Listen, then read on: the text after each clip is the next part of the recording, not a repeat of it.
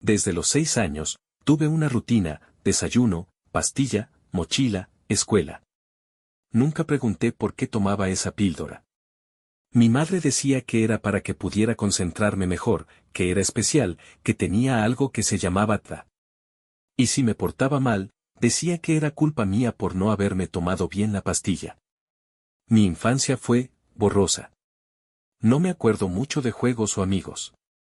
Solo de sentirme lento, cansado, como si mis pensamientos fueran con una hora de retraso respecto al mundo. Los maestros no decían nada. Al contrario, siempre la felicitaban. ¡Qué madre tan dedicada! ¡Qué bueno que lo tiene medicado! Se ve tranquilo. Sí. Tranquilo. Apagado. Mi mamá me llevaba cada 3 meses al psiquiatra del seguro. Siempre el mismo consultorio, siempre la misma historia. Ella hablaba. Yo solo me sentaba. Él apenas me miraba y firmaba recetas. Una vez, a los 11, le pregunté si era posible dejar de tomar eso. Ella me dio una cachetada. ¿Quieres que nos quiten el apoyo? Eso nos da de comer, idiota. No entendía a qué se refería. ¿Qué apoyo? A los 16 años, durante una clase de ética, alguien habló sobre la diferencia entre enfermedades reales y diagnósticos funcionales usados por adultos para justificar otras cosas. Ahí me pegó. ¿Y si yo no tenía TDA? Esa noche, escondí la pastilla debajo de la lengua y la escupí en el baño. Lo hice 2 semanas seguidas. Y no pasó nada. Ningún colapso. Ningún ataque. Ningún episodio de hiperactividad descontrolada. Solo me sentía más despierto. Como si me quitaran una manta gris de la cabeza. Fue cuando empecé a sospechar. Mi madre tenía una regla de oro: prohibido entrar a su cuarto. A los 17, dejé de respetarla. Una tarde, cuando ella salió a hacer un trámite, entré. Tenía curiosidad. O más bien, tenía miedo de estar loco. Y si lo estaba, necesitaba pruebas. Busqué por todos lados hasta que encontré una carpeta azul vieja escondida en el fondo del ropero, bajo una pila de mantas. Adentro había documentos, recetas médicas. Y una hoja que no tenía sentido: resolución de pensión por hijo discapacitado, modalidad dependiente. Con mi nombre. Con su firma. Y con la palabra permanente en mayúsculas, subrayada con marcador rojo. Fue como si me arrancaran el piso. Además, en otra hoja más pequeña, manuscrita, vi anotado lo siguiente: Ribotril cada 8 horas, si hay visitas, bajarle a la mitad. No permitir que hable con el psiquiatra sin intervención. Si pregunta por dejarlo, mencionar episodios de antes, inventar si es necesario. ¿Inventar? ¿Ribotril? Ese no era el medicamento que ella me decía que era para el TDA. Abrí el cajón de su tocador. Había una caja con etiquetas falsas. Dentro estaban los blisters originales: ansiolíticos, antipsicóticos, estabilizadores del estado de ánimo. ¿Esto le había estado metiendo a su propio hijo? Guardé todo en mi mochila. Cuando ella volvió, fingí que dormía. Esa noche, abrí una cuenta de correo falsa y envié todos los archivos a mí mismo. Le puse como asunto: prueba de que no estoy loco. Pero lo peor vino 2 días después.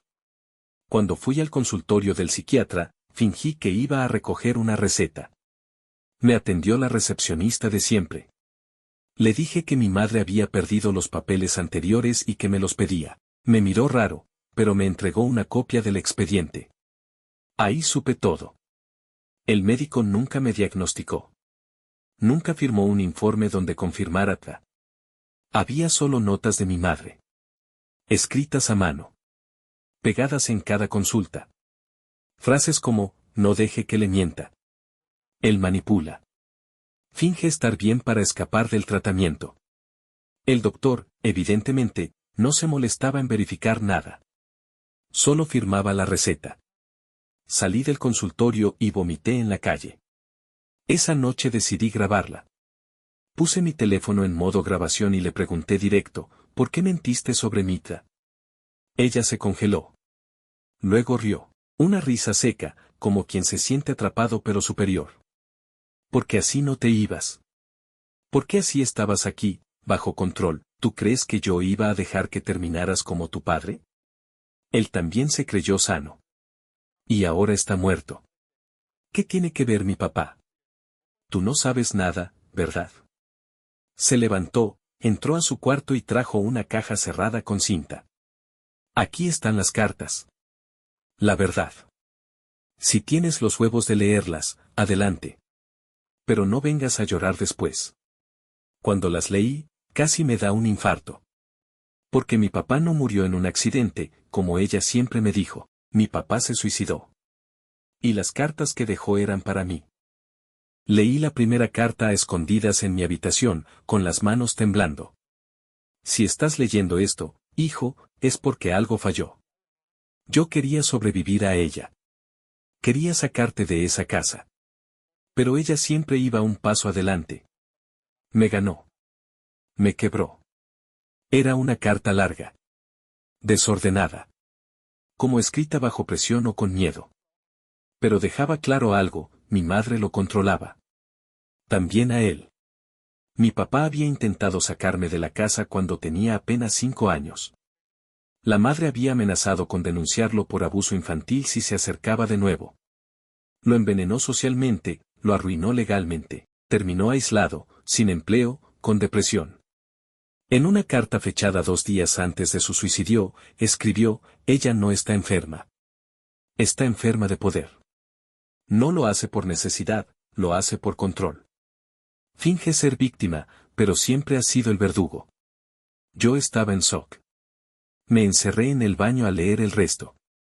En una de las cartas, mi padre mencionaba que mi abuela, la madre de mi madre, sabía todo.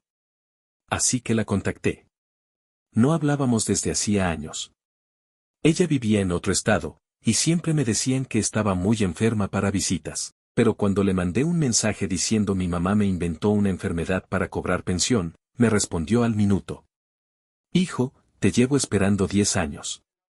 Tomé un autobús sin decir nada a mi madre. Cuando llegué, mi abuela me abrazó y lloró como si me hubiera dado por muerto. Tu mamá fue otra persona desde que era niña. Siempre miente. Siempre manipula. Nunca pudo ver a otros brillar sin sentir que se apagaba a ella. Le conté todo, las pastillas, los informes falsos, la pensión, las cartas de mi padre. Ella solo asintió. Lo sabía. Lo intenté advertirle a tu padre. Ella amenazó con denunciarme a mí también. Dijo que si intervenía, me inventaba un delito. Me mostró algo que me rompió la cabeza, un álbum de fotos. En una de ellas, yo tenía 4 años. Estaba con mi papá, sonriendo, en lo que parecía un parque de diversiones. Mi madre me había dicho toda la vida que él me había abandonado sin mirar atrás. Que jamás se preocupó por mí. Y ahí estaba yo, riendo en sus brazos. En el reverso de esa foto, una frase escrita con letra de mi papá, día perfecto con mi pequeño. Ojalá esto pudiera durar. Ese día decidí que no iba a quedarme callado. Iba a denunciar. Iba a exponerla. Iba a recuperar mi vida. Pero no sabía que ella ya había hecho su jugada. Cuando volví a casa, la puerta estaba abierta. Mi cuarto estaba revuelto. Y mi laptop, junto con la carpeta azul, habían desaparecido. Mi madre estaba en la sala, tomando té como si nada. En la mesa, un sobre manila abierto y vacío. ¿Perdiste algo?, me dijo, sin mirarme. Me abalancé sobre ella. ¿Dónde está mi laptop? ¿Dónde están los papeles? ¿Papeles? ¿Qué papeles? Yo no vi nada. Pero si perdiste cosas importantes, qué irresponsabilidad, ¿no? Me largué de la casa. Ya no podía dormir ahí. Me fui a casa de un amigo, Luis, que conocía desde secundaria. Él no sabía nada. Me escuchó por horas. No dijo que me creyera del todo, pero me ofreció su sofá. Pasé 2 noches sin dormir, revisando cada correo, cada respaldo. Por suerte, la carpeta azul la había escaneado y guardado en la nube. No había perdido todo, aún. Entonces recordé algo, en casa de mi abuela, había una caja cerrada con llave. Me la mostró antes de irme, pero no quise abrirla. Dijo que era de mi padre. Volví con ella y pedí ver esa caja. Costó un poco convencerla, pero cuando la abrimos, me quedé helado. Había un disco duro externo y una nota con la contraseña. Conectamos el disco a su vieja laptop. Tardó varios minutos en abrir. Adentro, cientos de archivos escaneados, audios, y algo más, una carpeta llamada Plan B. Mi padre lo había previsto. Sabía que si algo salía mal, necesitaba dejar evidencia digital. Y entre los archivos encontré algo que lo cambió todo. Audios de mi madre admitiendo que había falsificado los documentos. Lo decía claramente, en una llamada que había grabado sin que ella supiera. Tu firma donde yo te diga. Nadie revisa eso. Con esto me dan otros 2 años. No te preocupes, el niño ni sabe leer aún. El audio estaba fechado, cuando yo tenía 7 años. Pero eso no era lo único. Había otra carpeta más, ayuda externa, videos, mensajes, correos, y entre ellos, uno dirigido a alguien que no conocía, Jorge R. Le pregunté a mi abuela. Me dijo, tu tío Jorge. Hermano de tu papá. Se peleó con tu madre hace años. Ella lo acusó de algo horrible y lo borró de la familia. Pero él sabía todo. Conseguí su contacto. Me temblaban las manos al escribirle, hola, soy el hijo de Manuel. Sé lo que mi mamá hizo. Necesito ayuda. Me respondió al día siguiente. Te estaba esperando. Nos vimos en un café 2 días después. Jorge era una versión más ruda y curtida de mi padre. Me reconoció al instante. Me abrazó. Me dijo, eres idéntico a él. Te juro que si hubiera sabido que te tenía dopado todos estos años. Me entregó un sobre. Dentro, copias de correos de mi madre a funcionarios del seguro, donde hablaba abiertamente de acomodar la situación para que el diagnóstico califique como permanente. También había transferencias bancarias de dinero estatal a su cuenta. Eso ya no era solo abuso. Era fraude al Estado. ¿Por qué no la denunciaste tú? Le pregunté. Lo intenté.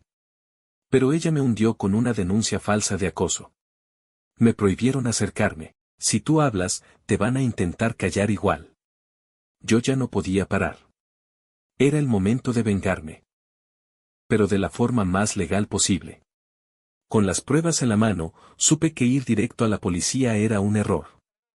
Ella tenía contactos. Sabía moverse en lo institucional. Había vivido de manipular el sistema por casi 2 décadas.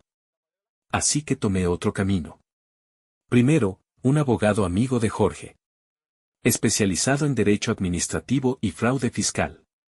Lo llamaban el limpiador. Cuando le conté mi caso, no pestañeó. La gente como tu madre es más común de lo que crees. Lo raro es que un hijo lo descubra y lo confronte. Lo que vas a hacer es joderla sin tocarla.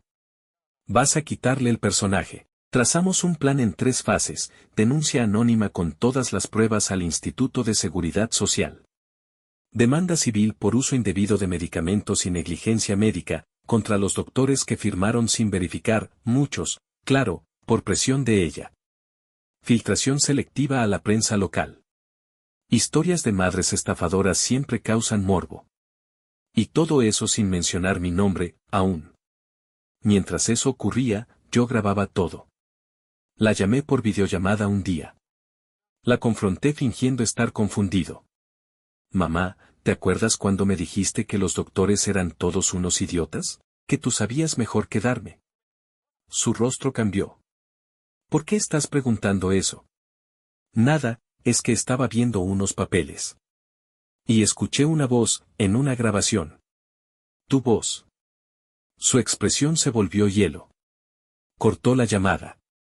2 días después, supe que fue al Seguro Social a pedir una renovación urgente de mi certificado. Querían hacerme exámenes de seguimiento. Yo no fui. En cambio, fui a un psiquiatra forense privado. Pagué con lo que me dejó Jorge. Me hizo una evaluación completa. Resultado, no tenía rastro de TRA. Ni lo había tenido nunca. Esa evaluación la enviamos junto con los documentos y audios. El abogado dijo, ahora sí, vamos a verla arder. A los 3 días, llegó el primer golpe, se abre una investigación por posible fraude en relación con la pensión por discapacidad del hijo de la ciudadana Ana M. Los beneficios quedan suspendidos de manera preventiva. Mi madre me llamó, histérica. ¿Qué hiciste, hijo de puta? ¿Qué carajo hiciste? Solo dejé que todos escucharan tu linda voz. La bloquearon todas las cuentas asociadas al subsidio. El banco le congeló transferencias. Pero eso no era todo. Una periodista de un medio digital local me contactó. Sabía del caso gracias a un anónimo. Me ofreció contar la historia con nombre ficticio, voz distorsionada. Acepté. El reportaje salió a los 3 días. Titular: me medicaron 15 años por dinero, el hijo que rompió el silencio. Comentarios: escándalo, caos. Y mientras ella se desangraba públicamente, yo me preparaba para el golpe final. El que la haría enfrentarme cara a cara. Mi madre no iba a caer sin escándalo. Y lo supe cuando, a las 6:40 de la mañana, la policía llegó a casa de Luis. Tenían una orden de detención preventiva por una denuncia de violencia psicológica y amenazas graves hacia una persona vulnerable. ¿Perdón? La señora Ana M. afirma que su hijo ha perdido el control, que tiene brotes de agresividad y representa un peligro para ella. Me esposaron. Me llevaron a declarar. Pero ahí, algo me salvó. El abogado ya lo había previsto. Como parte de la preparación, habíamos hecho un testimonio jurado, firmado y notariado, detallando todo el proceso, más los respaldos digitales y las pruebas clínicas. Esto es un intento de represalia legal. Aquí está el expediente completo. Él ha sido el vulnerable toda su vida. Los oficiales se miraron entre ellos. Al día siguiente, la denuncia fue archivada por inconsistencias graves. Pero el daño público ya estaba hecho. En su Facebook, mi madre publicó un largo post: mi hijo sufre desde pequeño. Lo he cuidado sola toda la vida, pero ahora, por influencias externas, está siendo manipulado por gente que quiere arruinarme. Recibió apoyo. Mucho. Viejas amigas, vecinas, incluso un par de tías mías, le comentaban cosas como: fuerza, Ana, madre luchona, no está sola. Pero lo que no sabía es que yo había creado una cuenta falsa desde donde le había filtrado todo a la prensa. Y no solo eso, había creado un perfil de TikTok anónimo con extractos de audios, videos y partes de la historia contada como hilo real. El algoritmo hizo su magia. Se viralizó. En una semana, 850.000 reproducciones, miles de comentarios: esta señora debería ir presa. Yo viví algo similar, gracias por contar esto. ¿Cómo no le quitaron la custodia antes? La opinión pública se volcó. La imagen de madre sacrificada se resquebrajó. Y entonces llegó lo mejor. El juez que llevaba su caso de pensión, tras recibir un informe completo de la auditoría, ordenó una devolución total del dinero recibido en los últimos 5 años, y suspensión de por vida de beneficios por discapacidad relacionados a ese expediente. Una deuda de más de 60.000 euros. El banco embargó sus cuentas. Tuvo que vender su auto, pero ella no se rendía. Voy a demandarte por difamación. No voy a dejar que me entierres, maldito bastardo. Lo intentó. Claro que lo intentó. Pero cada movimiento que hacía, yo lo tenía previsto. ¿Difamación? ¿De qué? ¿De decir la verdad? Con audios. Con firmas. Con videos. Yo no quería dinero. Quería que la vieran como era realmente. Y eso estaba funcionando. Solo faltaba el último paso. El más íntimo. El más doloroso.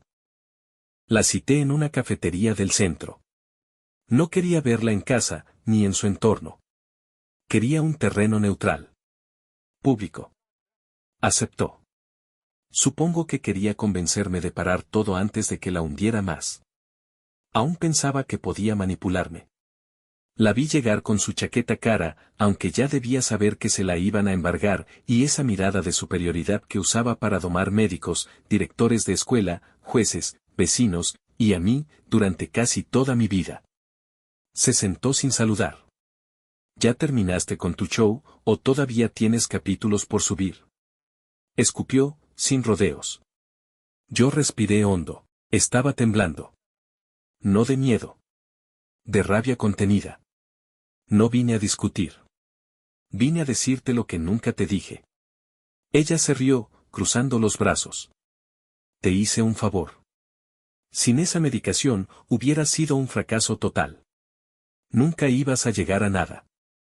Con tu cerebrito sensible y tus cambios de humor, nadie te iba a soportar. Te estabilicé.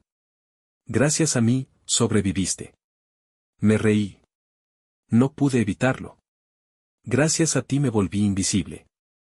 Gracias a ti aprendí a callar todo lo que sentía porque pensaba que era una enfermedad. Me robaste cada emoción. Cada impulso que tuve. Tú sabes lo que es pasar 15 años dudando si realmente eres tú el que está roto, o si lo estás porque te dijeron que lo estabas. Ella no respondió. Nunca tuve amigos. Me arruinaste la adolescencia. Nunca pude llorar sin que pensaras que era un brote. Nunca pude enojarme sin que me doparas. Me convertiste en tu cheque mensual, tu puto cheque mensual. Cállate, baja la voz. ¿Por qué te da pena que te escuchen decir la verdad? La miré fijo. Fingiste amor maternal mientras me usabas como una renta. Y lo peor es que te salía tan natural.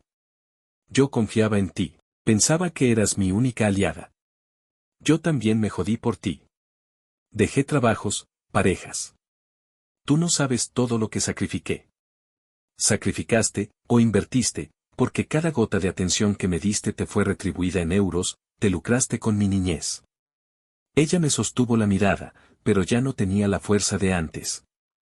Por primera vez, vi algo parecido a vulnerabilidad. No culpa. No arrepentimiento. Miedo. Miedo de alguien que se dio cuenta que su teatro se le desmoronaba incluso delante del hijo que ella creía tener dominado. Entonces solté la última. ¿Sabías que Jorge pensó en denunciarte? Que él fue el primero en sospechar. Lo callé por ti. Pero te juro que si no se hubiera muerto, lo habría hecho él. No yo. Su rostro se desfiguró. No por tristeza. Por rabia.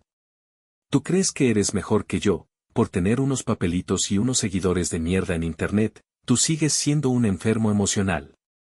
Siempre lo fuiste. Yo solo te ayudé a no volverte un peligro. Me levanté. Y ahora yo te ayudo a que el mundo vea quién es el verdadero peligro. Me fui.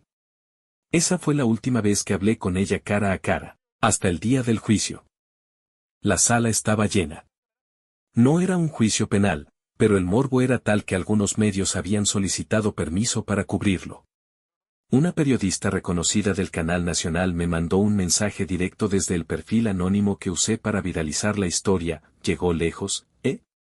Si necesitas voz para contar esto en prime time, avísame. Me senté frente a ella. Mi madre. Ana M. La mujer fuerte que crió sola a su hijo. La misma que decía que era una víctima del sistema. Ahora era solo una señora con la cara desencajada por el terror de perderlo todo. Mis abogados fueron quirúrgicos. Exhibieron registros médicos manipulados, notas escolares alteradas por presiones a orientadores, testimonios de psicólogos que dijeron, nunca detectamos síntomas graves de TDA, pero la madre insistía en medicar de todas formas. Presentamos copias del expediente de ayuda estatal. Más de 12 años recibiendo pagos por discapacidad infantil. Y luego, beneficios por cuidado especial. ¿Es cierto que su hijo podía hacer deporte, estudiar con normalidad y no tuvo antecedentes de conductas peligrosas? Sí, respondió un médico, pero cada vez que hacíamos el informe, recibíamos llamadas de la señora Ana pidiendo que reconsideráramos los términos. Ella quiso defenderse. Pero su abogado pidió un receso. Quería pactar. Y ahí lo supe, había perdido. Aceptaron devolver parte del dinero bajo acuerdo y renunciar al resto de beneficios sociales para evitar una condena penal. Pero ya no había forma de evitar el juicio público. Las redes explotaron. En menos de 48 horas, mi historia llegó a medios de Latinoamérica, España y Estados Unidos. Hashtags como almohadilla madres que mienten, almohadilla niñez medicada, almohadilla ADHD estafa fueron trending topic, pero nada me preparó para el mensaje que recibí a los 3 días de la sentencia. Una chica, que no conocía, me escribió, no sé si te acordás de mí. Me llamo Mayra. Estuve en la misma clínica que vos en 2011. Mi mamá también falsificó mi diagnóstico. También me medicaron. Leí tu historia, y gracias a eso, yo también voy a demandarla. Y no fue la única. Al menos 40 personas me escribieron en las semanas siguientes. Lo que empezó como venganza personal, se volvió colectivo. Pero faltaba una última cosa. Una carta.